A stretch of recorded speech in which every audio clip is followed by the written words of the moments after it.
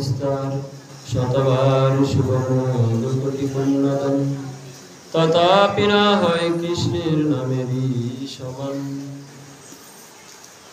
জয়তাম সুরত পঙ্গুর মম মন্দমতির গতি মত সর্বস্ব পদম ভোজ রাধা মদন মোহন দিব্যাদ বৃন্দারণ্য কল্পদ্রুমাধ শ্রীমদ রত্নগার সিংহাসনস্থ শ্রীমদ রাধা শিল গোবিন্দ দেব পৃষ্ঠদেবী শিবমান স্মরামি। परम दयाल पतित पावन श्री गुरुदेवेर विशेष कृपा कलिर पावन अवतारी सचिन नंदन गुरुहरिर अशेष कृपा कटाक्ष धन्य हये पतित पावन साधु वैष्णवेर चरण गुरुर कृपा शिरे धारण करे आजकेर महती भगवतीय सन्ध्याय उपस्थित सुधী सज्जन पितृमंडली मातृमंडली सकले चरण জানাই প্রণতি।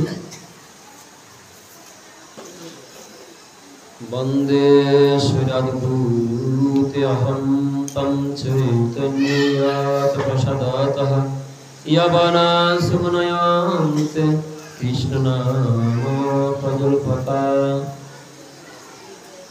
यत् प्रसादत यवना যাহার प्रसादे যবনগণ कृष्ण नाम प्रजल्पका कृष्ण नाम कीर्तनकारी हইয়া सुमनयन्ते शुद्धचित्त हইল तत् शरीर अद्भुत अहम चैतन्यं वंदे से स्वाधीन अलौकिक श्रेष्ठ युक्त श्री चैतन्यदेव के आमी वंदना करी। जार प्रसादे बा जार कृपाय जवनगण कृष्ण नाम कीर्तन करते करते शुद्ध चित्त হয় সেই স্বাধীন অলৌকিক সৃষ্টিকর শ্রী চৈতন্যদেবকে আমি বন্দনা করি। শুধু মাতৃমণ্ডলী আমরা গতকাল কি আলোচনা করেছিলাম মনে আছে? মায়েদের কি মনে আছে? মায়েরা কেউ কথা বলবেন না, একজন কথা বললে আরো 5 জনের মনোযোগ নষ্ট হয়, তাই কেউ কোনো কথা না বলে একেবারে সবাই মনোযোগ দিয়ে শ্রবণ করবেন। গতকাল আমরা আলোচনা করেছিলাম একাদশী ব্রত নিয়ে, যেহেতু গতকাল উত্থান একাদশী ছিল। ভগবান শ্রী বিষ্ণু দেবতাদের বিশেষ প্রার্থনায়, দেবতাদের বিশেষ বন্দনায় তিনি স্বয়ং থেকে উত্থিত হয়েছিলেন। কার্তিক মাসে আষাঢ় মাসের শুক্লা একাদশীতে ভগবান শ্রী বিষ্ণু শয়নে যান এবং কার্তিক মাসের শুক্লা একাদশীতে তিনি আবার শয়ন থেকে জাগরিত হন। মূলত শ্রী বিষ্ণু 6 মাসের জন্যই তিনি নিদ্রা দেন, কিন্তু দেবতাদের বিশেষ প্রার্থনায় তিনি 4 মাসের সময় নিদ্রা থেকে উত্থিত হয়েছিলেন। তো যা হোক, তো সেই উত্থান একাদশী কেউ কেউ আজকেও পালন করছেন। তো যারা আজকে পালন করছেন তাদের নিয়ম সেবা আজকে বিশ্রাম, আর যারা গতকাল পালন করেছিলেন তাদের নিয়ম সেবা গতকালই বিশ্রাম হয়ে গেছে, যারা নিয়ম সেবা পালন করছিলেন।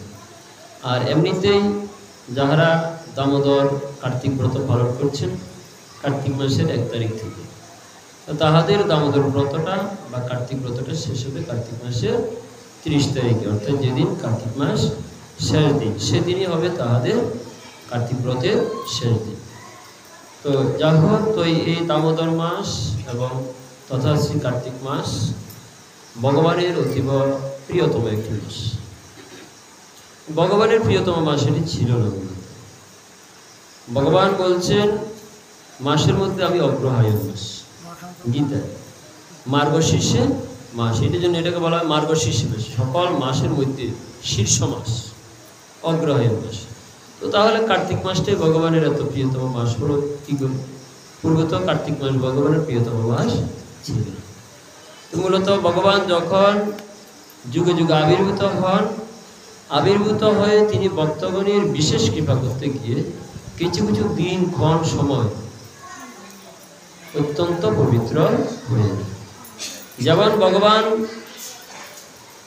নরকে সকল ভাবিদের কৃপা করতে গিয়ে একাদশী তিথিতে আবির্ভূত হয়েছিলেন, তাই একাদশী তিথিটা এখন একটি ব্রত হয়ে গেছে। যদি তিনি দশমীতে আবির্ভূত হতেন তাহলে দশমীটা একটা ব্রত হয়ে যেত। বিষয়টা তো এরকমই। তাই ভগবান ভক্তকে কৃপা করার জন্য এই কার্তিক মাসে তাহার মাতা কর্তৃক দামবন্ধন লীলা করেছিলেন, তাই কার্তিক মাসটা অত্যন্ত প্রিয়তম মাস হয়ে গেল। আর এই মাসে ভগবান কৃপা করে থাকেন। দামোদর মাসের অশেষ ভগবানের কৃপা। তো এই দামোদর মাসে বিশেষ কিছু নিয়ম আছে, যাহা সকল সনাতন ধর্মাবলম্বীর অবশ্য পালনীয় উচিত। তো তাহার মধ্যে কি দামোদর মাসের 5টি অঙ্গ। দামোদর মাসের কয়টি অঙ্গ মায়েরা বলুন তো? 5টি অঙ্গ। তো সে 5টি অঙ্গের মধ্যে সর্বপ্রথম অঙ্গটা হলো শ্রীহরির উদ্দেশ্যে প্রাতে অর্থাৎ ব্রহ্মমুহূর্তে জাগরিত হওয়া। অন্যান্য মাসে কিন্তু সবাই ভোরবেলা উঠে না, কিন্তু কার্তিক মাসে সবাই ব্রহ্মমুহূর্তে ঘুম থেকে উঠে। কেন উঠে? এটা কার্তিক মাসের একটি পাঁচ প্রকারের বদল করা হয় কার্তিক মাসে। তার মধ্যে একটি সর্বপ্রথম হচ্ছে শ্রীহরির উদ্দেশ্যে প্রাতে জাগরিত হওয়া, ব্রহ্মমুহূর্তে ঘুম থেকে উঠা, নিদ্রা ত্যাগ করা। দ্বিতীয়টি হলো প্রাতঃ স্নান, ব্রহ্মমুহূর্তে স্নান করা। ঘুম থেকে উঠলে কিন্তু হবে না, স্নান করতে হবে, প্রাতে স্নান করতে হবে। এবছর কিন্তু কার্তিক মাসে এখনো শীত পড়ছে না, অতএব যারা শীতে যাহাদের জন্য কষ্ট হয়, এখনো তো সে কষ্টটা হচ্ছে না, অতএব প্রাতে ঘুম থেকে জাগরিত হয়ে ভগবানের উদ্দেশ্যে প্রাতঃ স্নান করাটা এবার এখনো সুখদায়ক, কষ্ট তেমন নেই, করা যেতে পারে।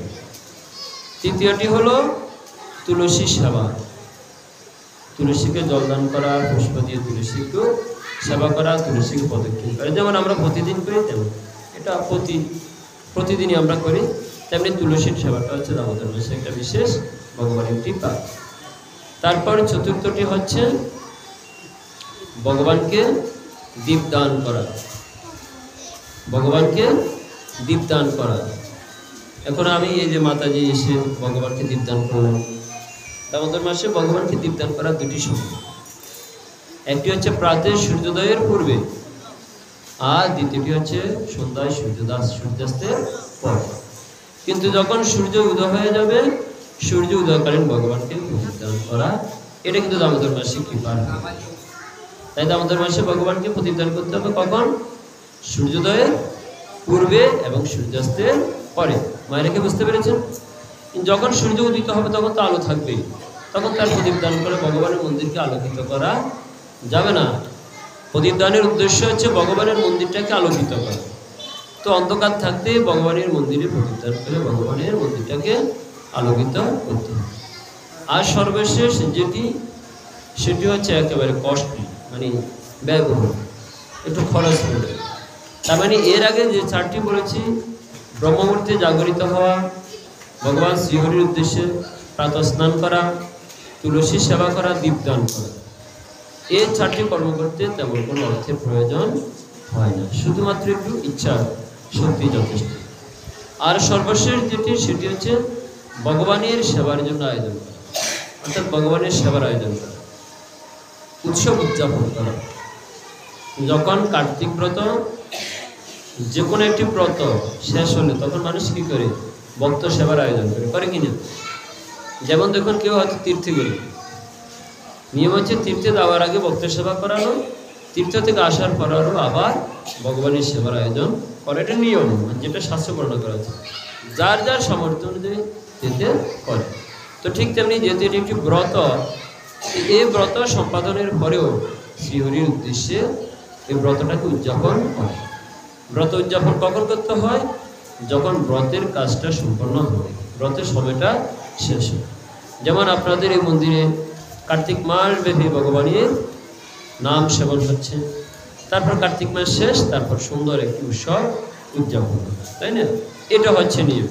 তো এই উৎসবে আপনারা যে যতটুকু পারেন, যদি ব্যক্তিগতভাবে সে উৎসব করা সম্ভব না হয়, এই মন্দিরে ভগবানের সেবার জন্য অনুদান দিয়ে উৎসবে সবাই অংশগ্রহণ করবেন, তাহলেও আপনার সেবাটা হয়ে যাবে। কেমন? তাহলে এই হলো আমাদের দামোদর মাসের কর্ম বা কৃত্য, যাহা করলে শ্রী শ্রী রাধা দামোদরের বিশেষ অনুগ্রহ বা কৃপা লাভ করা যাবে। এখন এই দামোদর মাসে ভগবানকে সবাই দীপদান করবেন। সবাই আসার সময় একটা করে প্রদীপ নিয়ে আসবেন, কেমন? প্রতিদিন দামোদরকে এখানে রাধা দামোদর আছে সাক্ষাৎ ভগবানের বিগ্রহ। তার আপনারা প্রতিদিন এসে সন্ধ্যায় যখন প্রথমে আসবেন, এখানে দামোদরকে সবাই মিলে সুন্দরভাবে আরতি অর্থাৎ প্রদীপ দান করবেন। এই প্রদীপ দান করা একটা যোগ্য সময়। এই প্রদীপ দান ও ভগবানকে প্রদীপ দান করা একটা যোগ্য সময়। ভগবানকে প্রণাম করা অর্থাৎ নমস্কার করাটা হচ্ছে একটি যোগ্য সময়। আমরা কি তাই যজ্ঞের কথা পেয়েছি না?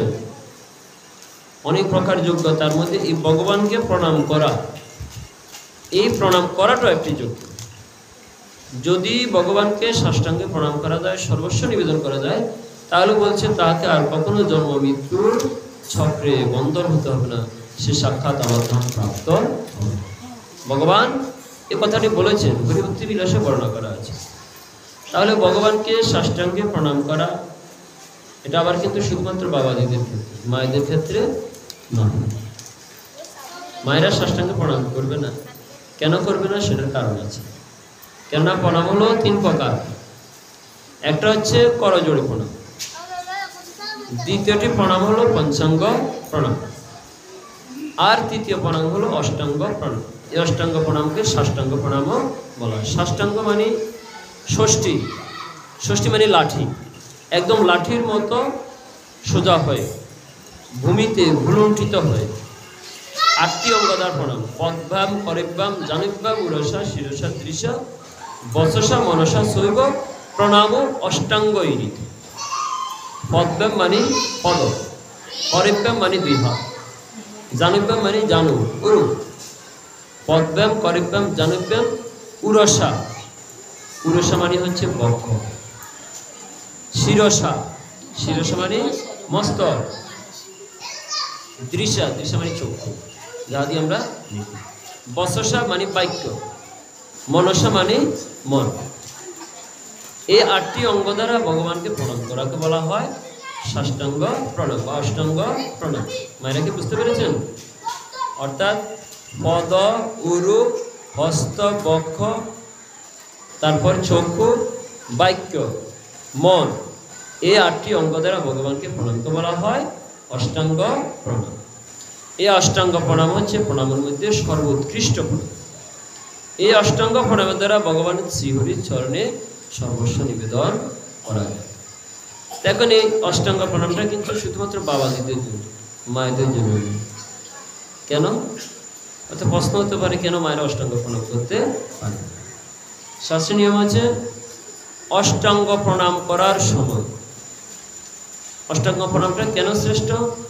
অষ্টাঙ্গ প্রণামটা এই জন্য শ্রেষ্ঠ, এই অষ্টাঙ্গ প্রণাম করার সময় বা অষ্টাঙ্গ প্রণাম করার কালে তাহার মনের সকল অহংকার দূরীভূত হয়ে যায়। কিভাবে দূরীভূত হয়ে যায়? যখন সে অষ্টাঙ্গ প্রণাম করবে তখন তার সমস্ত দেহটা মাটিতে বুলুণ্ঠিত হবে।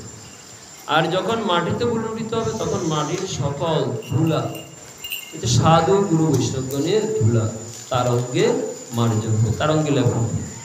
আর যখন সাধু গুরু বৈষ্ণবের ধুলা তার গায়ে লাগবে তখন তার হৃদয়ের সকল কালিমা দূরীভূত হয়ে যাবে। আমরা গাই না, দুলা মাখো মাখো হে এই না ভজের ধুলা, ওরে দুলা নয় রে, দুলা নয় রে, গোপী পদরে নো, সেই দুলায় অঙ্গে মাখে নন্দের ঘরের কানু। সে দুলা কানু মাখে কেন? কেননা এই ধুলির মধ্যে এত ভক্তি মাখানো আছে, যার দেহে একবার স্পর্শ হয় তাহার জন্মে জন্মান্তরের সকল পাপ দূরীভূত হয়ে যায়। তো এই জন্য অষ্টাঙ্গ প্রণাম কালে কি হয়, যেহেতু দেহে ধুলা দূষরিত হয় তখন জন্মে জন্মান্তরের পাপও দূরীভূত হয়ে যায়। আর সাথে সাথে কি হয়, সকল অহংকারও দূরীভূত হয়। এখন এই অষ্টাঙ্গ প্রণাম করার সময় যদি নাভি থেকে, অর্থাৎ নাভি থেকে উপরের অংশে কোনো বস্ত্র থাকতে পারবে না। বুঝতে পেরেছেন? অষ্টাঙ্গ প্রণাম করতে পারবে, এই সর্বোৎকৃষ্ট প্রণামটা করতে পারবে, তবে শর্ত আছে। শর্তের সাথে, শর্তটা কি, নাভির উপরে থেকে কোনো বস্ত্র অঙ্গে থাকতে পারবে না। যদি বস্ত্র এমনকি উত্তরীয় পর্যন্ত রাখবেন, যদি গায়ে বস্ত্র থাকে তাহলে কি হবে, ধুলা আপনার গায়ে লাগবে না। ধুলা যদি গায়ে না লাগে তো শাস্ত্র বলছে যে অঙ্গ পর্যন্ত অষ্টাঙ্গ প্রণামকালে যদি বস্ত্র পরিধান করে কেউ যদি প্রণাম করে তাহলে তার দেহে কুষ্ঠ রোগ এ জন্মে না হলেও পরজন্মে তাহার হবেই। তাই অষ্টাঙ্গ প্রণামকালে কখনো নাভির উপরে বস্ত্র রাখতে নেই। তো এখন মায়েদের পক্ষে কি বস্ত্র ব্যতীত থাকা সম্ভব? বলুন মায়েরা, সম্ভব নয়। এই জন্য অষ্টাঙ্গ প্রণাম মায়েদের জন্য নিষিদ্ধ করা হয়েছে, একদম মানে সহজভাবে শাস্ত্রে যেটা বর্ণনা করেছে। তাহলে অষ্টাঙ্গ প্রণাম কারা করবে? বাবারাই করবে, মায়েরা অষ্টাঙ্গ প্রণাম কখনো করবে। তো মায়েরা কি করতে পারে? মায়েরা যদি পঞ্চাঙ্গ প্রণাম করে তাতেই শ্রীহরি সন্তুষ্ট থাকবেন, যেহেতু শ্রীহরি তাদের জন্য এভিডেন্স দিয়েছেন। তাই শ্রীহরি পরমেশ্বর ভগবান শ্রীকৃষ্ণ এমনিতে মায়েদের প্রতি একটু বেশি কৃপা, মায়েদের প্রতি একটু বেশি কৃপা। কেন? মায়েদের মনটা অত্যন্ত নরম হয়, এই জন্য মায়েদের প্রতি একটু বেশি কৃপা। তা মায়েরা যদি পঞ্চাঙ্গ প্রণামও করেন তথাপি তাহাতে শ্রীহরি অষ্টাঙ্গ প্রণামের ফলটাই তাহাদেরকে প্রদান করে থাকে। তো জানিতে জয় হরি। আজকে আমাদের নির্ধারিত, গতকাল ছিল শ্রীমদ্ ভগবদ্গীতা থেকে পাঠ, আজকে নির্ধারিত হবে শ্রী শ্রী চৈতন্য চরিতামৃত থেকে। তো এই চৈতন্য চরিতামৃত অমৃতের সিন্ধু, কর্ণ মন তৃপ্ত করে যারে বিন্দু, ভব সিন্ধু তরিবারে আছে তার চিত্ত, শ্রদ্ধা করে শুনো সবে চৈতন্য চরিত। তো এই চৈতন্য চরিতামৃত শোনার জন্য কি করতে হবে? আগে শ্রদ্ধাটা থাকতে হবে। শ্রদ্ধা করে শুনো সবে চৈতন্য চরিত, তাহলে শ্রদ্ধা থাকতে হবে প্রথমে, শর্ত কন্ডিশন। চৈতন্য চরিতামৃত শুনতে হলে শ্রদ্ধা থাকতে। তো শ্রদ্ধা কাকে বলে? শাস্ত্র বলছে শ্রদ্ধা শব্দে কহে সুদৃঢ় বিশ্বাস। শ্রদ্ধা শব্দে কহে সুদৃঢ় বিশ্বাস, অর্থাৎ সুদৃঢ় বিশ্বাস যার থাকবে তাহলে তার শ্রদ্ধা হয়েছে বলে জানবে। যদি সুদৃঢ় বিশ্বাস না থাকে তাহলে তার কোনো মতে শ্রদ্ধা হয় না। তাই শ্রদ্ধাহীন ব্যক্তি চৈতন্য চরিতামৃত শুনে তাহার কি হবে না? কোনো কৃপা হবে না। তাহলে শ্রদ্ধা থাকতে হবে। তাহলে শ্রদ্ধা যেহেতু সুদৃঢ় বিশ্বাস, তো এখন এক্ষেত্রে কি একটু বিষয় আছে। সুদৃঢ় বিশ্বাস কাহাকে? বিশ্বাস দুই প্রকারের, একটা হচ্ছে জেনে শুনে বিশ্বাস, আর একটা হচ্ছে না জেনে বিশ্বাস। বুঝতে পারছেন মেয়েরা? বিশ্বাস করা প্রকারের হয় দুই প্রকারের, একটা হচ্ছে জেনে শুনে বিশ্বাস, আর একটা হচ্ছে না জেনে বিশ্বাস। জেনে শুনে বিশ্বাসকে বলা হয় প্রকৃত বিশ্বাস, আর না জেনে বিশ্বাসকে বলা হয় ধর্মান্ধ বিশ্বাস। আমাদের সমাজে এরকম ধর্মান্ধ লোকের সংখ্যা অসংখ্য কোটি কোটি, যাহারা কিছু না জেনে না বুঝে এমনিতে বিশ্বাস করে। যেমন আপনি দেখুন জবন শ্রেণীর লোক যারা আছে, ম্লেচ্ছ শ্রেণীর লোক যারা আছে, তারা ধর্ম আসলে জানেও না, মানেও না, বুঝেও না। তাদেরকে যদি বলে ওদিকে দৌড়াও, তারা ওইদিকে দৌড়াবে। যদি বলে এর মন্দির ভেঙে ফেলো, এই মন্দির ভেঙে ফেলবে। কি জন্য, কি কারণে, তাদের জানা দরকার। যদি বলে কেউ ধর্মে কটাক্ষ করেছে, হ্যাঁ কটাক্ষ করেছে, আসলে করেছে কিনা তার আদৌ আসলে জানার প্রয়োজন। এত অন্ধবিশ্বাসী তারা। তাই কেউ যদি ধর্মান্ধ হয় তার দ্বারা জগতে কোনো উপকার তো হয় না, বরং জগতের ধ্বংস সৃষ্টি হয়। এই জন্য জগতে দেখবেন অসংখ্য ধর্মান্ধ লোকের সংখ্যা। তাই তারা কি করে? অন্যের উপাসনালয় ভেঙে ফেলে, অন্যের উপর আক্রমণ করে, অন্য ধর্ম বিশ্বাসের উপর হামলা করে। তারা আসলে কেউ ধার্মিক নয়, এরা সবাই ধর্ম অন্ধ, অর্থাৎ ধর্মে কিছুই জানে না, না জেনে ধর্ম পালন করে। তো এরকম ধর্মান্ধ লোকের সংখ্যা কি আমাদের সনাতন ধর্মে নেই? আছে। আমাদের সনাতন ধর্মের লোকের সংখ্যা বেশি যারা ধর্মান্ধ, কিন্তু তাদের মতো অত উগ্রবাদী নয়। তারা একটু বেশি উগ্রবাদী বটে, কিন্তু আমাদের সনাতন ধর্ম লোক এত বেশি উগ্রবাদী নয়, কিন্তু ধর্মান্ধ লোকের সংখ্যা অনেক বেশি আছে, না জেনে ধর্মটা। যেমন প্রসঙ্গক্রমে একটি কথা বলা যায়, একটি উদাহরণ আর কি। একবার সে গঙ্গার তীরে এক ব্রাহ্মণ, উনি প্রতিদিন স্নান করে গঙ্গায় যাওয়ার সময় প্রতিদিন কোষাকুষি নিয়ে যেতেন, শিব কোষা যাহাকে বলে। কেননা গঙ্গায় স্নান করে ব্রাহ্মণগণ সাধারণত তর্পণ করে থাকে পিতৃদেবের উদ্দেশ্যে। তো তিনি বয়স্ক এবং বৃদ্ধ এবং পণ্ডিত ব্রাহ্মণ, তাই তিনি যাওয়ার সময় প্রতিদিন কোষাকুষি নিয়ে যেতেন, গঙ্গায় স্নান করতেন। স্নান করে উঠে এসে তিনি কোষাকুষি দিয়ে তার ওই যে ব্রহ্ম ভুবনালোকা দেবর্ষি ভিত্তিমানবা অর্থাৎ জীবকুটি নিচে সকলের জন্য তিনি তর্পণ করতেন। তো এরকম কয়েকদিন যাওয়ার পর পাশাপাশি অন্যত সমস্ত ব্রাহ্মণ যারা আসে তারাও স্নান করতে এসে দেখলেন যে এই ব্রাহ্মণ প্রতিদিন আসার সময় একটি করে কোষা নিয়ে আসে। তো তারাও সবাই এভাবে কোষা নিয়ে আসতে লাগে, বলছে এটাই বোধ হয় নিয়ম। তারা কিন্তু ব্রাহ্মণকে জিজ্ঞাসা করছে না আসলে কোষার প্রয়োজনটা কি। তো তারা সবাই কোষা নিয়ে আসলো। ব্রাহ্মণ স্নান করে উঠে দেখলেন যে এখানে অনেকগুলো কোষা একসাথে। এখন তাহার নিজের কোষা কোনটা উনি আর নির্ণয় করতে পারছেন না। তো যা হোক এভাবে দিন তো ঘটে। তো পরজন উনি চিন্তা করলেন যেহেতু সবাই এখন কোষা নিয়ে আসে, তো আমারটা তো একটা চিহ্ন থাকার প্রয়োজন আছে। তাই তিনি কী করলেন, নিজের কোষার মধ্যে একটি মাটির দলা, মাটির গোল করে দলা নিজের কোষার মধ্যে রেখে দিলেন, যাতে উনি স্নান করে উঠে এসে নিজের কোষাটা নিজে চিনতে পারেন। এখন দেখা গেল যে প্রথম দিন যা হোক দেখা গেল ছিল, পরদিন তিনি দেখলেন যে স্নান করে উঠে এসে দেখলেন যে সব কোষার মধ্যে এরকম একটি করে মাটির দলা আছে। তিনি তো আবার সংশয় করে দিলেন কী ব্যাপার। প্রথম দিন যা হোক কোষা চিনে গেল, এখন একটি মাটির দলা দিলাম, মাটির পিণ্ড দিলাম যেন আমারটা চেনা যায়। এখন তারপর দিন থেকে দেখেন যে সবার কোষার মধ্যে একটি করে মাটির, তিনি আবার চিহ্ন করতে পারছেন। তো তিনি তাদেরকে জিজ্ঞাসা করলেন কী ব্যাপার, আমি যেরকম করি তোমরা সেরকম কাজ করো। আচ্ছা, আপনি হচ্ছেন বিজ্ঞ পণ্ডিত ব্রাহ্মণ, আপনাকে অনুসরণ করি তো আমরা সব কিছু শিখি। তো আপনি যেমন যেমন কর্ম করছেন আমরা ভাবছি তো হয়তো এইভাবেই বোধহয় রাখার নিয়ম আছে, এভাবে স্নান করতে এসে কোষা নিয়ে আসার নিয়ম আছে, আর কোষাতে হয়তো মাটির এরকম করে একটি করে মাটির তলা রাখার নিয়ম আছে, তাই আমরা এভাবে রাখছি।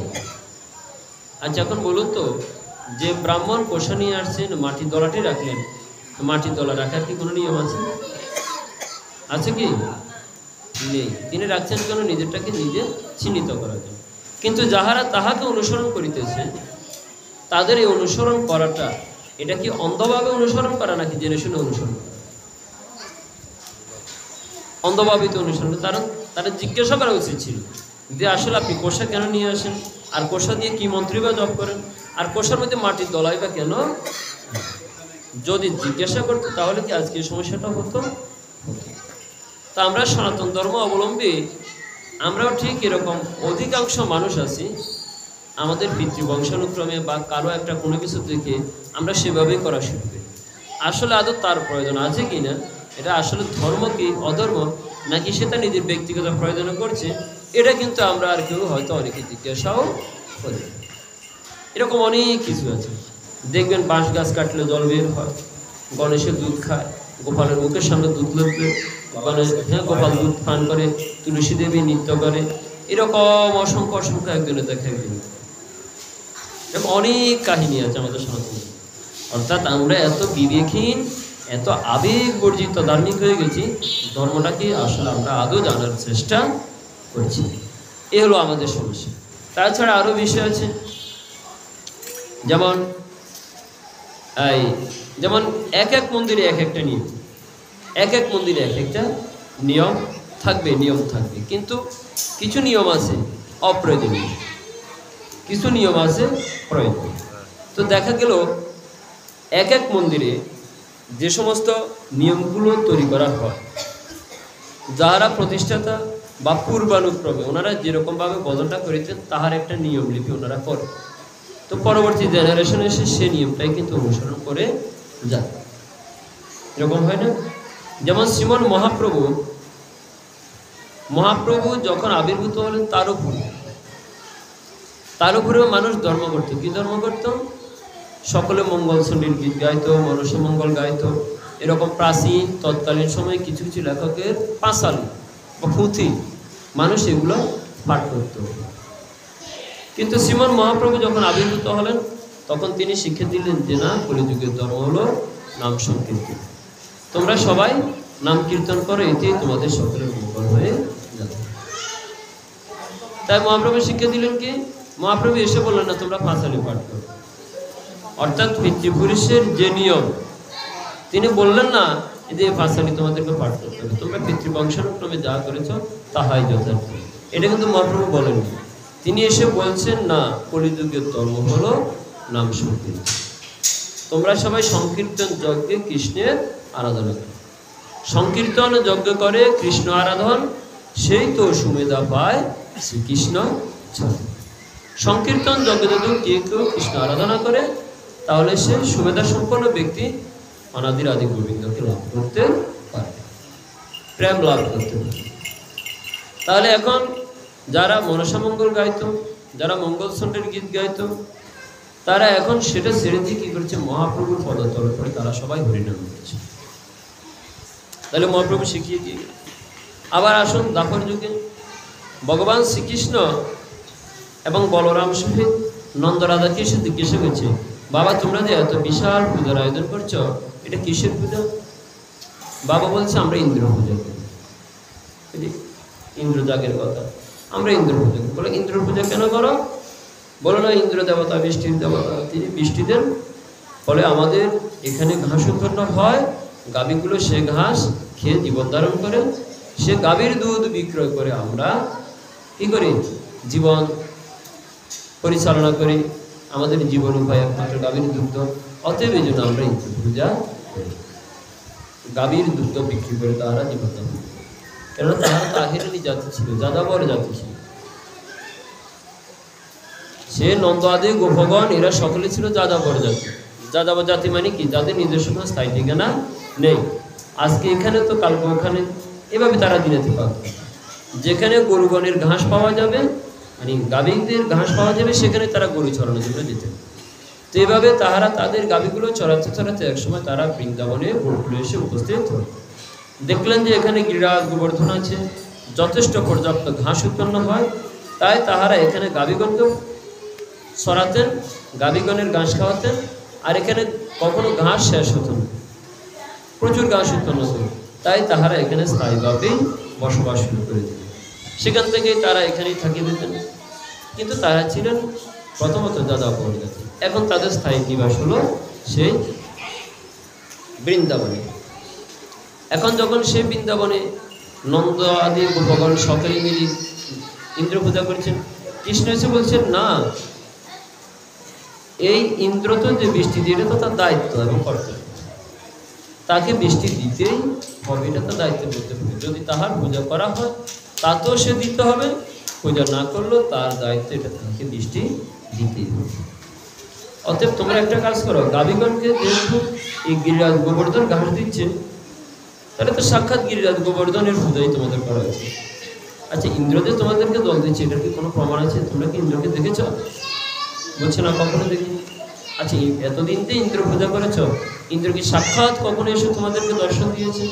বলে না, তাও তো আমরা দেখিনি। বলে তোমরা এই গিরিরাজের পূজা করো, এই গিরিরাজ সাক্ষাৎ তোমাদেরকে দর্শন দিয়ে দেবে। কৃষ্ণ অনেক যুক্তি দিলেন, অসংখ্য যুক্তির বিষয় আছে, তো সকল যুক্তি দিলেন। সকল যুক্তি দেওয়ার পর নন্দ ছিলেন সকলের মধ্যে একটু বুদ্ধিমান। তিনি সবাইকে বললেন যে দেখো, কৃষ্ণ যে যুক্তিগুলো দিচ্ছে, একটা যুক্তিও কিন্তু ভুলে দেওয়ার মতো নয়। অতএব আমরা গোবর্ধনের পূজাই। তাহলে ভগবান এসে বললেন যে তোমরা ইন্দ্র পূজা নয়, গিরিরাজ গোবর্ধনের পূজা। বুদ্ধিমান বিধায় নন্দরাজা কি করলেন, তিনি ইন্দ্র পূজা না করে গিরিরাজ গোবর্ধনের পূজা করলেন। তাহলে একটি কথা আছে, চাণক্য পণ্ডিত একটি কথা বলেছে, উপদেশহি মূর্খানাম প্রকোপায় ন শান্তি। অর্থাৎ মূর্খ ব্যক্তিকে উপদেশ দিলে সে খেপে যাবে, শুনবে না। তোর থেকে আমি কি কম বুঝি? তোমার থেকে কি আমি কম বুঝি? দেখছিস আমার চুলকি আর এমনি ফেঁকেছে, বয়সে ফেঁকেছে, জ্ঞানে ফেঁকেছে। কোথাকার কালকের ছোট ছেলে এসে আমাকে এসেছে জ্ঞান দিতে, এরকম তো হয়তো অনেকে বলতেই পারে, বলে না? তো কৃষ্ণ তো ছোট ছিল, মাত্র 7 বৎসর বয়সের বালক। কৃষ্ণ যে সময় গিরিরাজ গোবর্ধনকে ধারণ করেছিলেন বয়স ছিল 7 বৎসর। ক সপ্তাহায়, শাস্ত্র বলছে ক সপ্তাহায়। কৃষ্ণের বয়স ছিল মাত্র 7 বছর বয়স। আর নন্দের বয়স ছিল কত বেশি, এবং আরো অনেক বয়স্ক ছিল। কই, তারা একজনও তো বলো না এই ছোট্ট বালকের কথা আমরা কেন মেনে নিই? এ শাস্ত্রের গ্রন্থে কি জানে? ছোট্ট বালক, এক মূর্তি, ঠিক মতো কথাও বলতে পারে না, সে কি জানে এটা? না, এরকমটা বলেনি। তারা যুক্তি দিয়ে, বুদ্ধি দিয়ে তারা বিবেচনা করেছে।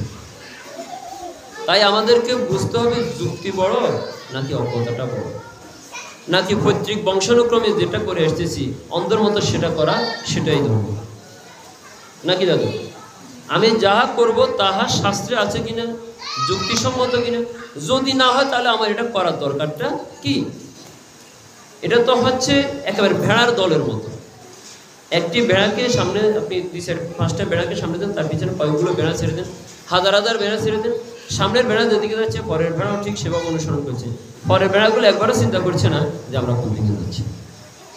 এটা তো ভেড়ার পালের মতো অবস্থা হয়ে গেল না। আমার পৈতৃক বংশানুক্রমে যাহা করছে তাহা যদি শাস্ত্রসম্মত হয়, অবশ্যই আমাকে সেটা পালন করতে হবে। যদি সেটা শাস্ত্রসম্মত না হয় তাহলে আমি সেটা কেন পালন করব?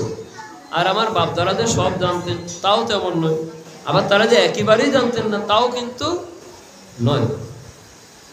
এখন শ্রীকৃষ্ণ যাহা বললেন, যুক্তি দিলেন। নন্দ অত্যন্ত বুদ্ধিমান ছিলেন, তিনি বুদ্ধি খাটিয়ে দেখলেন সবগুলো যুক্তি কিন্তু যুক্তি সম্মত। আমরা এতদিন ইন্দ্র পূজা করেছি, ইন্দ্র তো আমাদেরকে কখনো এসে দর্শন দেন। আচ্ছা, কৃষ্ণ যেহেতু বলছেন একবার তার কথা বিশ্বাস করি, দেখি গিরিরাজ গোবর্ধন আমাদেরকে দর্শন দেয়। তো সকলে বলছে যে দেখো এতদিন আমরা ইন্দ্র পূজা করেছি, যদি কোনো অঘটন হয়, কৃষ্ণ বলছে তোমরা আমার উপর বিশ্বাস রাখো, কারো কোনো ক্ষতি হবে না। যদি তোমরা আমার চরণে সমর্পণ, অর্থাৎ আমার কথা মেনে নাও, আমাতে একান্ত বিশ্বাস রাখো, আমাতে যদি তোমাদের শ্রদ্ধা থাকে, সুদৃঢ় বিশ্বাস থাকে। বলছে কৃষ্ণের উপর তাদের এত সুদৃঢ় বিশ্বাস কেন হবে? কারণ আছে। কৃষ্ণ জন্মের পর থেকে শকটাসুর, অগাসুর, বগাসুর, তৃণাবর্ত অনেক অসুরকে বধ করেছে। এমনকি যমল অর্জুন দুটি বড় বড় বৃক্ষ তাহার দুই পাশ দিয়ে পরে উৎপাদিত হয়েছে, তথাপি কৃষ্ণের কিছু হয়নি। এবং শুধু তাই নয়, অগাসুর, বগাসুর কত বড় বড় অসুরকে কৃষ্ণ মুহূর্তের মধ্যে ধ্বংস করে দিল। হ্যাঁ, তারপর অগাসুর তাহার সকল বন্ধুগণকে একদম উদরের মধ্যে নিয়ে, কিন্তু কৃষ্ণ সেখানে প্রবেশ করে গিয়ে তার বন্ধুদেরকে রক্ষা করে আসে। মানে কৃষ্ণের মধ্যে এত শক্তি আছে, অলৌকিক শক্তি আছে, অবশ্যই আমাদেরকে রক্ষা করতে পারবে, এমন বিশ্বাস তাহাদের কৃষ্ণের উপর এসে গেছে। কৃষ্ণের উপর তাহাদের সে বিশ্বাস কৃষ্ণ তৈরি করে নিয়েছে, বিদায় তাহারা আজকে কৃষ্ণের কথা মেনে নিচ্ছে। শুধু তাই নয়, কৃষ্ণ যে যমুনার জলে কালীয় নাগ ছিল, কালীয় নাগের জল যদি উপরে ছড়িয়ে দেওয়া হতো, সে পাতার যদি কোনো পাখি বা কারো নাকে লাগতো, সাথে সাথে সে মৃত্যুবরণ করতো, এত বিষাক্ত। সে কালীয় নাগের মস্তকের উপর উঠে যে কালীয় নাগকে নিজের বশে এনে কালীয় নাগকে এখান থেকে তাড়িয়ে দিয়েছিল। যে যমুনার জলে কেউ সেখানে যেতেই পারতো না, সে যমুনার জল এখন নির্মল হয়ে গেল। সে জলের মধ্যে কৃষ্ণ ডুব দিয়েছিল, কৃষ্ণের কিছু হয়নি। কৃষ্ণের উপর বিশ্বাস হবে না তো কার উপর বিশ্বাস হবে? এত অদ্ভুত অদ্ভুত কর্ম কৃষ্ণ করেছেন, কৃষ্ণের উপর তো বিশ্বাস রাখতেই হবে। আমরা এতদিনে বুঝে গেছি কৃষ্ণকে কেউ আর মারতে পারে না, কিন্তু কৃষ্ণ ভগবান এটা তারা স্বীকার করে। কৃষ্ণ আমাদের কারো ভাই, কারো বন্ধু, কারো সখা, কারো সন্তান, এক একজন এক একবার হচ্ছে, কিন্তু কৃষ্ণ ভগবান না। কৃষ্ণের ভিতরে ভগবানের অদ্ভুত শক্তি আছে, এটা আমরা মানি। কৃষ্ণের মধ্যে ভগবানের অদ্ভুত শক্তি আছে, ভগবানের কৃপা কৃষ্ণের উপর আছে, এটা আমরা মানি। কৃষ্ণের কেউ কোনো ক্ষতি করতে পারবে না, কিন্তু কৃষ্ণ ভগবান এটা আমরা মানি। কৃষ্ণ যদি ভগবান হন তাহলে তো তার কাছে করতে পারবে না, কেননা সেখানে একটু অপরাধের ভয় থাকবে। তাই তারা কৃষ্ণের সাথে সেই সম্বন্ধ তৈরি করেছেন। কৃষ্ণ বলছে যদি তোমাদের আমার উপর বিশ্বাস থাকে তাহলে তোমাদের কারো কোনো ক্ষতি হবে না। তাহলে কৃষ্ণের উপর বিশ্বাস কারা রাখবে? যারা সরলা, যাদের মন সরল, যাদের মধ্যে কোনো প্যাঁচ বসে, তো মায়েরা যতই কঠিন কিন্তু মায়েদের মনটা সরল, অল্পতেই গলে যায়। এই জন্য কৃষ্ণের কৃপা মায়েদের উপরে খুব বেশি। দেখবেন এই যে আমাদের স্ত্রী পাঠে কথা কিন্তু বলছে মায়েরা কিন্তু কথা বলছে, ডিস্টার্ব করছে, বাবারা কিন্তু কেউ কথা বলছে না, সবাই মনোযোগ দিয়ে শ্রবণ করছে। তো মায়েরা একটু সরলা, আবার একটু দুর্বলা কেন বলা হয়? অল্পতেই মনোযোগ নষ্ট হয়ে যায়। যদি মায়েরা মনোযোগটা স্থির করতে পারে তাহলে ভগবানের কৃপায় সে লাভ করতে। তো মায়েদের চরণে নিবেদন, আপনারা একটু মনোযোগী হন। আমাদের পাঠের সময় তো অল্প, মাত্র 1 ঘন্টা। এখানে 2 ঘন্টা পাঠ না করলেই যখন একটা আলোচনার একটা বিস্তৃতি হয় না, তো সেখানে 1 ঘন্টা পাঠে বিস্তৃতিতে আর যাওয়া যায় না, সংক্ষেপে করতে হয়। আর প্রসঙ্গক্রমে যখন একটার সাথে একটা রেফারেন্স না বললে কিন্তু জিনিস সুন্দরভাবে বোঝা যায়। তো যা হোক, কৃষ্ণ বললেন, বলার পর সকলেই তারা কৃষ্ণের চরণে নিবেদন করলেন, হ্যাঁ কৃষ্ণ, আমরা তোমাকে বিশ্বাস করি, তুমি আমাদেরকে রক্ষা করো। এতদিন তো বিপদে তুমি আমাদেরকে রক্ষা করেছো, আর আমাদেরকে রক্ষা করার মতো কেই বা আছে? সকলে বিশ্বাস করলেন। কৃষ্ণের কথায় ইন্দ্র পূজা বন্ধ করে দিয়ে তারা গিরিরাজ গোবর্ধনে বললেন, সকল ব্রাহ্মণকে ডেকে আনো। কৃষ্ণ বলছেন, সকল ব্রাহ্মণকে ডেকে আনো। সে ব্রাহ্মণরা গিরিরাজ গোবর্ধনের পূজা করবে। কার অগ্রাধিকার দিলেন? ব্রাহ্মণের অগ্রাধিকার। আপনারা হয়তো বলতে পারেন, ব্রাহ্মণ বিদ্যা, ব্রাহ্মণের কথা বলছি না। ভগবান সর্বদা ব্রাহ্মণকে কিন্তু প্রায়োরিটি দিয়েছে। কেননা ওম নমো ব্রহ্মণ্য দেবায় গো ব্রাহ্মণ হিতায় আছে, জগৎ দিতায় শ্রীকৃষ্ণায় গোবিন্দায়। তিনি গো এবং ব্রাহ্মণের হিতকারী। গোবিন্দ ব্রাহ্মণ এবং গো অর্থাৎ গাবিগণের হিতকারী। গাবিগণকে সাক্ষাৎ অনাদিরাদি গোবিন্দই কিন্তু কি করেন? রক্ষা করেন। কিন্তু আমাদের সমাজে দেখা যায় হিন্দুরাই কিন্তু গাবিগণকে কার কাছে বিক্রি করে? কসাইয়ের কাছে বিক্রি করে না? ভালো ব্যবসা। কসাইয়ের কাছে বিক্রি করলে কি হয়? শাস্ত্র বলছে, গো অঙ্গে যত রোম তত সহস্র বৎসর, গো বদি নরক মধ্যে পৌঁছে নিরন্তর। গো পালন করার বিধান আছে, কিন্তু গো পালন করতে গিয়ে গাবিগণের দেহ থেকে আমার কারণে যদি একটি লোম খসে পড়ে, এটাও কিন্তু একটি অপরাধ। গাবিগণকে কখনো আঘাত করতে নেই, কখনো তাহাকে তাড়ন করতে নেই, পীড়ন করতে নেই।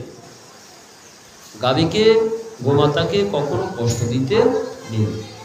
যদি দেওয়া হয় তাহলে সে গাবির মধ্যে সাক্ষাৎ ভগবানের সকল দেবতা বিরাজ করে।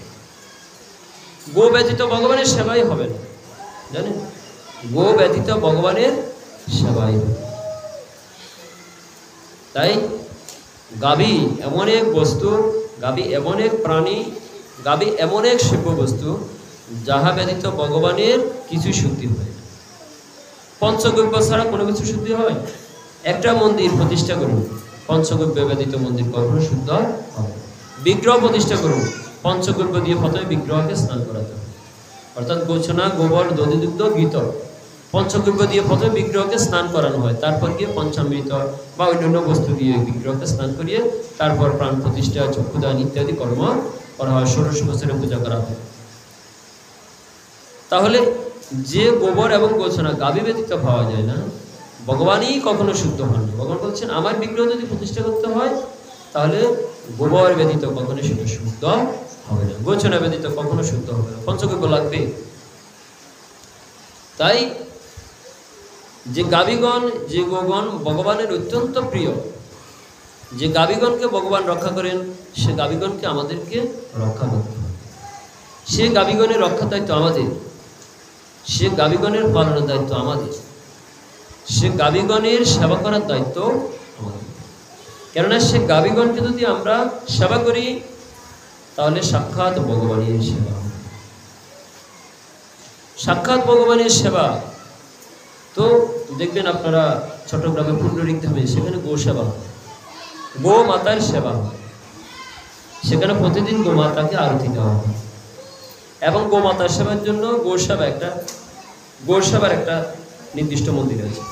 এখানে যারা সে গোমাতাদের সেখানে যায় গোমাতাকে দর্শন করার জন্য, সেখানে ইসকন ভক্তরা বলেন যে, হ্যাঁ প্রভু, আপনারা গোমাতার সেবার জন্য কিছু দিন, 100 টাকা, 50 টাকা, 200 টাকা, আপনি যে যতটুকু আপনার সামর্থ্যগুলো ততটুকু সেবার জন্য দিন। তা আপনারা যদি পারেন সেখানে সম্ভব নাও হতে পারে, আপনার গরু নাও থাকতে পারে, কিন্তু যেখানে গো পালন করা হয় সেখানে অন্তত গো পালনের জন্য যদি সামর্থ্য থাকে কিছু দিবে, 5 টাকা হোক 10 টাকা হোক বা যা আপনার সামর্থ্য করে দিবে। কেননা গোমাতার সেবা মানে সাক্ষাৎ ভগবানেরই সেবা। কেন ভগবানের সেবা? কেননা গোমাতার দুগ্ধ ভগবানের সেবায় লাগে। গোমাতার দুগ্ধ ভগবানের সেবায়, ভগবানের নৈবেদ্যে গীত দিতে হয়। ইদম সগৃহীত সর্বকরণ নৈবেদ্য বলেন, গীত ব্যতীত মধু না দেন সমস্যা নেই, মধু না দিলেও হবে, কিন্তু গীত ভগবানের নৈবেদ্যে দিতে হয়। এই কার্তিক মাসে তো মধু নিষিদ্ধ, কার্তিক মাসে ভগবানের সেবায় মধু নিষিদ্ধ, ভগবানের কোনো সেবায় মধু লাগবে না। কাংস পাত্রে ভোজন, কাংসার পাত্রে ভগবানকে নিবেদন করা যাবে না, কাংসার পাত্রে এবং মধু কার্তিক মাসে নিষিদ্ধ। তো মধু না হলেও চলবে, কিন্তু ঘিত অবশ্যই ভগবানের সেবায় দিতে হবে। আপনি ফলের নৈবেদ্য দিন, গীত স্পর্শ করাতে হবে। অন্ন দিয়ে নৈবেদ্য দিন, ঘৃত সিক্ত অন্ন দিল স্বর্ণ থালে বড়ি, তাহারা উপরে দিল তুলসী। গীত ব্যতীত ভগবানের অন্নভোগ হবে না, গীত ব্যতীত ভগবানের কখনো ফলভোগ হবে না। মধু না দিলেও চলবে, কিন্তু গীত কোনো মাসে নিষিদ্ধ নেই, কিন্তু মধু নিষিদ্ধ আছে। রাত্রে মধু নিষিদ্ধ, কার্তিক মাসে মধু নিষিদ্ধ, নিয়ম আছে কি। তো যে গাভীর দুগ্ধ সাক্ষাৎ ভগবানের সেবায় লাগে। শুধু তাই নয়, মাতা যশোমতী তাহার নবলক্ষ দেরুর মধ্যে কিছু দেনু ছিল অত্যন্ত সুগন্ধি, পদ্মগন্ধা তাহার গাভী ছিল। সে গাভী অত্যন্ত সুগন্ধি দুগ্ধ প্রদান করত। কেন? সে গাভীকে সুগন্ধি দ্রব্য খাওয়ানো হতো, সুগন্ধি বস্তু খাওয়ানো হতো, তাই সে গাভী সুগন্ধি দুগ্ধ প্রদান করত। আর সে সুগন্ধি দুগ্ধ দিয়ে গোপালের জন্য মাতা যশোমতী নবনীত মাখন, ক্ষীর ইত্যাদি তৈরি করিত। তাহলে গাভীর সেবা করলে গাভীর সেবার যে দুগ্ধ সাক্ষাৎ অনাদিরাদি গোবিন্দের সেবায় লাগে। তাহলে গাভীর সেবা মানে সাক্ষাৎ গোবিন্দের সেবা। তাই যেখানে গাভী থাকে আপনারা একটু গাভীর সেবা শুশ্রূষা করবেন। আর কেউ যদি গো পালন করেন তো উৎকৃষ্ট। যেখানে গোমাতা থাকেন সেখানে সাক্ষাৎ শ্রীহরি বিরাজ করেন। কাকে নিয়ে? সকল দেবদেবীকে নিয়ে সাক্ষাৎ শ্রীহরি বিরাজ করেন, আর কোনো দেবদেবী বাকি থাকে। তো এই জন্য বলছেন, গো অঙ্গে যতরম তত সহস্র বৎসর, গোবধি নরক মধ্যে পচে নিরন্তর।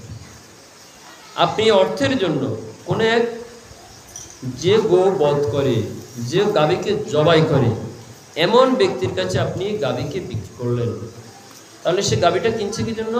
বধ করার জন্য, জবাই করার জন্য। তাহলে এ গাভী বধের সমস্ত পাপের ভার আমাকে নিতে হবে, আমি যদি ওই ব্যক্তির কাছে গাভীগণকে বিক্রি করি। মনে রাখতে হবে, এটা অত্যন্ত গুরুত্বপূর্ণ বিষয়।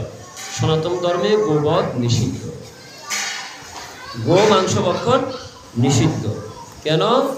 গাভী কৃষ্ণের অত্যন্ত প্রিয়, এ সুরভি গাভী অত্যন্ত প্রিয় ভগবানের। তো সে গোমাতা, যিনি সমগ্র পৃথিবীকে ধারণ করেন, গোমাতা। তাহলে সেই মাতাকে রক্ষা করা কার দায়িত্ব? সে মাতাকে পালন করা কার দায়িত্ব? আমাদেরই দায়িত্ব। ততএব আপনারা গাভীকে সম্মান প্রদর্শন করবেন, গাভীকে সেবা দেবেন। যা হোক, তো অনাদিরাদি গোবিন্দ বললেন যে তোমরা গিরিরাজ গোবর্ধনের পূজা করো। সকলে মিলে গিরিরাজ গোবর্ধনের পূজা করলেন। বলছে পূজাটা করবে কে? মন্ত্র ভালো জানে কে? ব্রাহ্মণ। পূজা ভালো জানে কে? ব্রাহ্মণ। অতএব ব্রাহ্মণগণকে, সব ব্রাহ্মণগণকে ডেকে আনলেন, সকল ব্রাহ্মণগণকে ডেকে আনলেন। সকল ব্রাহ্মণগণকে বলছে দিন আপনারা গিরিরাজ গোবর্ধনের পূজা করুন। সকল ব্রাহ্মণগণ আজকে গিরিরাজ গোবর্ধনের পূজা করছে। বলছে শুধু ব্রাহ্মণকে দিয়ে পূজা নয়, সকল ব্রাহ্মণ, সকল ভক্ত যারা আছে সবাইকে দান করো। কারণ ইন্দ্র পূজার বিশাল আয়োজন, তো আয়োজন কিন্তু ছোটখাটো না বাবা। ইন্দ্র পূজার আয়োজন মানে কি? একেবারে বিশালভাবে সুন্দরভাবে সুসজ্জিত করে, হ্যাঁ, সেখানে ইন্দ্র পূজা করা হতো।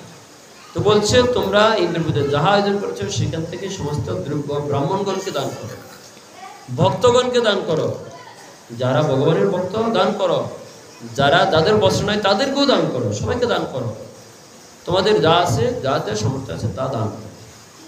এরকম সবাইকে দান করতে লাগলেন। বলছেন ব্রাহ্মণকে দিয়ে গিরিরাজ গোবর্ধনের পূজা করো। গিরিরাজ গোবর্ধনের পূজা করালেন। বলছেন গিরিরাজ গোবর্ধনের সেবার জন্য দ্রব্য আনো। তাই সকল ব্রজমায়েরা, ব্রাহ্মণীরা সকলে মিলে গিরিরাজ গোবর্ধনের জন্য কেউ অন্ন, কেউ তরকারি, কেউ পিঠা, কেউ পায়েস, কেউ খুলি, যে যার সামর্থ্য অনুযায়ী সব তৈরি করে আনতে লাগলেন। আর ব্রাহ্মণগণ সেই সমস্ত দ্রব্য রাশি রাশি দিয়ে একেবারেই কুটির মতো সবগুলো দ্রব্য এনে, অর্থাৎ সেখানে কলা পাতা বিছিয়ে, পদ্ম পাতা বিছিয়ে, পলাশ পাতা বিছিয়ে গিরিরাজ গোবর্ধনের জন্য সেখানে সকল দ্রব্য এসে স্তূপ করলেন। আর সেখানে একটা কুটির মতো হয়ে গেল, যাহাকে বলা হয় অন্ন কূট। সে কুটির মতো সেখানে তৈরি করে দিলেন। ব্রাহ্মণগণ নিবেদন করলেন গিরিরাজ গোবর্ধনকে। নিবেদন করার পর বললেন সকলে মিলি ব্রাহ্মণ এবং গৌগণকে সামনে রেখে পুরো গিরিরাজ গোবর্ধনকে পরিক্রমা করলেন। কৃষ্ণ যেভাবে বললেন সেভাবেই পরিক্রমা করছে। আর তখন শ্রীকৃষ্ণ কি করলেন, সাক্ষাৎ গিরিরাজ গোবর্ধনের মধ্যে তিনি নিজে প্রকাশিত হয়ে গেলেন। বলছেন যদি তাহাদেরকে আমি দর্শন না দিই তাহলে তাদের এই পূজার সার্থকতাটা কি থাকবে। তাই সাক্ষাৎ গোপাল কি করলেন, সাক্ষাৎ গিরিরাজ গোবর্ধনের মধ্যে নিজে প্রকাশিত হলেন। চক্ষু, মুখ ইত্যাদি সমন্বিত বিশাল এক পর্বতের মধ্যে মূর্তিরূপে তিনি প্রকাশিত হলেন। আর সকলেই সাক্ষাৎ গিরিরাজ গোবর্ধনকে দর্শন করতে লাগলেন। তাই না? কেন তারা গিরিরাজ গোবর্ধনকে সাক্ষাৎ দর্শন করছেন? কেননা তারা তো কৃষ্ণের চরণে নিজেকে বিলিয়ে দিয়েছে। কৃষ্ণের প্রতি তাদের সম্পূর্ণ বিশ্বাস আছে। কৃষ্ণ যা বলছে তাই সত্য। তাই সুদৃঢ় বিশ্বাস থাকার কারণে সবাই কৃষ্ণকে দর্শন করলেন। সবাই তাকিয়ে দেখলেন, আরে দেখো দেখো, আরে গিরিরাজ গোবর্ধন সাক্ষাৎ ওই দেখো আমাদের সম্মুখে প্রকটিত হয়েছে। বলছে আরে আমরা এতদিন ইন্দ্র পূজা করেছি, ইন্দ্র কখনো আমাদের সম্মুখে সাক্ষাৎ প্রকাশিত হয়নি। আজ নন্দপুত্র কৃষ্ণের কথা আমরা গিরিরাজ গোবর্ধনের পূজা করছি, আর গিরিরাজ গোবর্ধন সাক্ষাৎ আমাদের সম্মুখে প্রকাশিত হচ্ছেন। তিনি আমাদের দেওয়া দ্রব্যগুলো সাক্ষাৎ গ্রহণ করছেন। এই জন্য আমরা বকারিতে গাই, গোবর্ধন যজ্ঞের অন্ন খেলে রাশি রাশি, তার তুলনায় আমার অন্ন নহে এক। আমরা বুকের মধ্যে থালে পুজি, ছোট ছোট থাল ৩-৪টের মধ্যে পুজি, কেউ হয়তো 5টা দিই, কেউ 10টা দিই, যাই দিই। ছোট থালের মধ্যে আর কতটুকু হয়, সেখানে রাশি রাশি একেবারে বড় বিশাল কুটের মতো হয়ে যায়। তো সে কুটের অন্নগুলো যদি করি তা আমরা হাজার হাজার লক্ষ লক্ষ থাল হয়ে যাবে। বলছে হে প্রভু, গোবর্ধনের যজ্ঞের অন্ন খেলে রাশি রাশি, তার তুলনায় আমার এই অন্ন নহে এক। আমার তো এক থাল, এটা তো কিছুই নয়, তাই না? তো তুমি গিরিরাজ গোবর্ধনের অঙ্গ সবাই বলছে দেখো গিরিরাজ গোবর্ধন সাক্ষাৎ আমাদের সম্মুখে উপস্থিত ছিলেন। তো যখন গিরিরাজ গোবর্ধন সবাইকে দর্শন দিলেন, সকলের দ্রব্য গ্রহণ করলেন, তিনি আবার অপ্রকটিত হয়ে গেলেন। সকলে আনন্দ চিত্তে গিরিরাজ গোবর্ধনকে পরিক্রমা করলেন এবং কৃষ্ণ বললেন আজকে তোমাদের পূজাটা সার্থক হয়েছে, সবাই যার যার মতো বাড়িতে চলে গেলেন। সবাই বাড়িতে চলে গেলেন। এরপরে ইন্দ্র তাহার যাহা যা কর্ম করলেন। তাহলে এই ভগবানের এই লীলা থেকে আমরা কি শিখলাম? ভগবানের এই লীলা থেকে আমরা এই শিখলাম, অর্থাৎ পিতৃবংশানুক্রমে যাহা করছি তাহা যদি যথার্থ না হয়, শাস্ত্র আমাদেরকে যে নির্দেশনা দিচ্ছে সেটা অনুযায়ী আমাদের কর্ম করা উচিত। তাহলে ভগবান শ্রীকৃষ্ণ আবির্ভূত হয়ে তাদেরকে গিরিরাজ গোবর্ধনের সেবা শিখিয়ে দিলেন। কিন্তু এই গিরিরাজ গোবর্ধন কে? এই গিরিরাজ গোবর্ধন হচ্ছে সাক্ষাৎ ভগবানের অভিন্ন বিগ্রহ। এই গিরিরাজ গোবর্ধন কোথা থেকে এলো? এই গিরিরাজ গোবর্ধন সাক্ষাৎ বৃন্দাবন থেকে পৃথিবীতে এসেছে। এই গিরিরাজ গোবর্ধনের উৎপত্তি কোথা থেকে হলো? এই গিরিরাজ গোবর্ধনের উৎপত্তি হলো ভগবানের বক্ষ থেকে। কোথা থেকে? ভগবানের বক্ষ থেকে গিরিরাজ গোবর্ধনের উৎপত্তি হলো। আর সেই গিরিরাজ গোবর্ধন এসে দক্ষিণ ভারতে পশ্চিমে শালমলী দ্বীপে দ্রোণাচলের পুত্ররূপে তিনি পৃথিবীতে আবির্ভূত হলেন এবং পুলস্তমণি সেখান থেকে কাশীতে যাওয়ার পথে গিরিরাজ গোবর্ধনকে এনেছিলেন। সেই গিরিরাজ গোবর্ধন বৃন্দাবনে সেখানে স্থাপিত হয়ে। তাহলে গিরিরাজ গোবর্ধন কোথা থেকে আসলো? সাক্ষাৎ বৃন্দাবন থেকে। সে গোলক বৃন্দাবন থেকে আসলো, সাক্ষাৎ ভগবান শ্রীকৃষ্ণের বক্ষ থেকে আবির্ভূত। তাই গিরিরাজ গোবর্ধন হচ্ছে সাক্ষাৎ ভগবানের অভিন্ন বিগ্রহ। তাই গিরিরাজ গোবর্ধনের পূজা করলে তো গিরিরাজ গোবর্ধন কৃপা করবে না, তো কে কৃপা করবে? সেদিন থেকে কিন্তু পূজা বন্ধ হয়ে গেল, গিরিরাজ গোবর্ধনের পূজা হলো। তাহলে ভগবান তো এসে আমাদেরকে শিক্ষা দিলেন যে আমার বাপ দাদা যাহা করেছে যদি শাস্ত্রসম্মত না হয় আমি মেনে চলার প্রয়োজন নেই। যাহা করিলে আমাদের সকলের মঙ্গল হবে আমরা তাহা করা উচিত। শ্রীমন মহাপ্রভু এসে শিক্ষা দিলেন এ কলিযুগে ধর্ম হচ্ছে নবসংগীত। তোমরা যে মঙ্গল চণ্ডীর গীত গাইতেছে, এটা গিয়ে আমাদের কোনো লাভ নেই। তো সবার কি করতে হবে? সকলে মিলে হরিনাম করো। সকলে মিলে আজকে হরিনাম করছেন, হরে কৃষ্ণ কৃষ্ণ কৃষ্ণ হরে হরে, হরে রাম রাম রাম হরে হরে, হরে কৃষ্ণ কৃষ্ণ কৃষ্ণ হরে হরে, হরে রাম রাম রাম হরে হরে। শ্রীমান মহাপ্রভু শিক্ষা দিলেন, সকল ভক্তগণ মহাপ্রভুর সাথে কীর্তন করতে লাগলেন। বলুন, মহাপ্রভু এসে যে শিক্ষা দিলেন, ভক্তগণ কি তাহার বিরোধী হলো? যাহারা বিরোধী ছিল মহাপ্রভু তাদেরকেও কৃপা করে তাহার দলে নিয়ে এসেছে। ব্রাহ্মণগণকে কৃপা করলেন, তার্কিকগণকে কৃপা করলেন, পাষণ্ডীগণকে কৃপা করলেন, কুতার্কিককে কৃপা করলেন।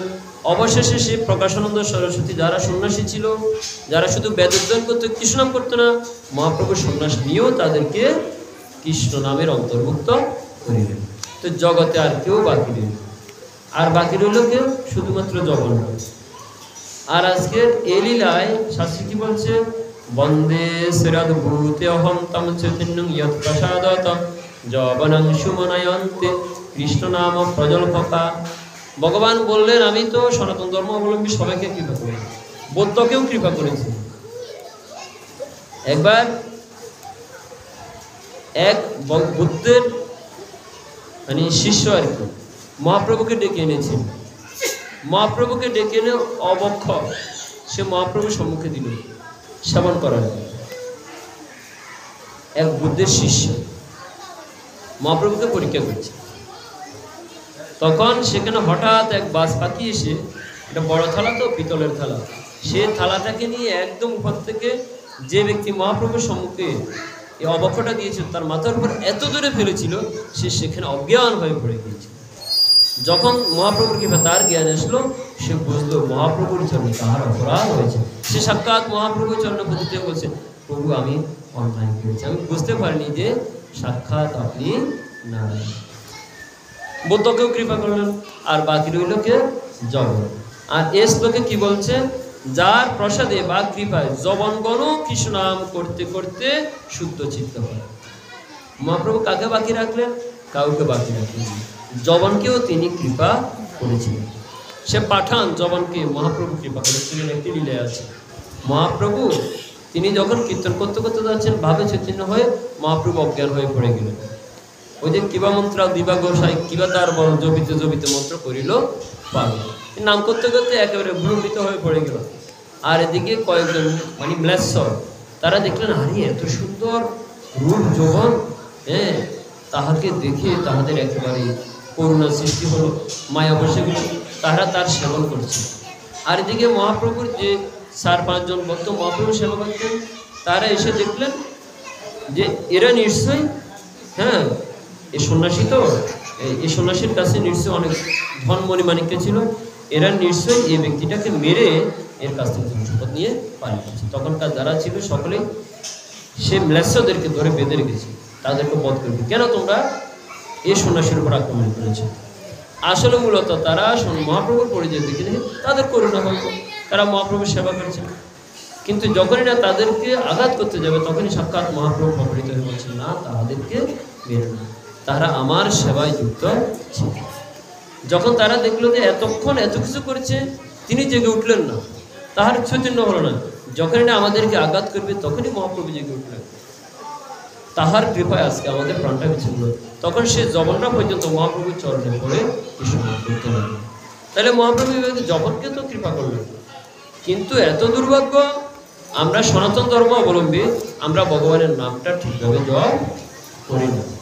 আমাদের নামের প্রতি বিশ্বাস হয় না, নাম আমাদেরকে ক্রিয়া করে না। কেন? আমরা পাষণ্ডী হয়ে গিয়েছি। তারা ওষুধ থেকে ভক্ত হচ্ছে, আর আমরা ভক্ত থেকে অসুর হচ্ছি। আমাদের মধ্যে কত দেমাগ, আমি কত ভালো বুঝি। যারা বলে আমি কি কম বুঝি, আসলে তারা কিছুই বুঝি। আর যারা বুঝে তারা বলে বাবা আমি কিছুই বুঝি। এরকমই তো বিষয়। কেননা বিদ্যা দদাতে বিনয়, বিদ্যা বিনয় দান করে। যারা যথার্থ বিদ্যান তার বলে বাবা আমি এত কিছু বুঝি না, কম বুঝি, আমার জানাশোনা কম। আর যারা কম বুঝে তাহাদের অহংকার বেশি, কেন অল্প বিদ্যা ভয়ঙ্করী, তাদের মধ্যে অহংকার সৃষ্টি করে তারা মনে করে আমি বেশি, তাই তারা কখনো ওই যে প্রকোপায়ন সন্তয় উপদেশহী মূর্খানাম, মূর্খ ব্যক্তি কম বুঝে, তাকে যদি জ্ঞানের কথা বলা হয়, উপদেশ দেওয়া হয়, তখন সে না বুঝে সেটাকে আরো কি করে খেপে যায়, আমি কি কম বুঝি। এ হলো আমাদের সমাজের অবস্থা। তাই যারা নিত্য নিরন্তর শাস্ত্র অধ্যয়ন করে, শাস্ত্র পাঠ করে, আমরা সে শাস্ত্রের কথা মানি না। আরে পাঠক এসেছে, ওনার কথা উনি বলছে, ওনার কথা উনি বলবে, আমার শোনা আমি শুনছি, কিন্তু আমার যেটা করার আমি সেটা করব। এটা শুদ্ধ হইলেও করব, ভুল হইলেও করবো, আমি যেটা জানি এটা করবোই, এটা পরিবর্তনের কোনো প্রয়োজন নেই। এটাই আমাদের সমাজে চলছে। তো এরকম যদি মন মানসিকতা থাকে, যদি সঠিকতা জানার চিন্তা চেতনা না থাকে, তাহলে আপনি আজীবন যেরকম আছেন এরকমই থাকবেন, কোনো পরিবর্তন হবে না। তাই পরিবর্তনের জন্য প্রয়োজন হচ্ছে নিজের মেধাটাকে কি করা, নিজের মেধার যে মানে ধারটাকে, হৃদয়ের যে ধারটাকে উন্মুক্ত করে দেওয়া, যেন সে আরও জানতে পারে।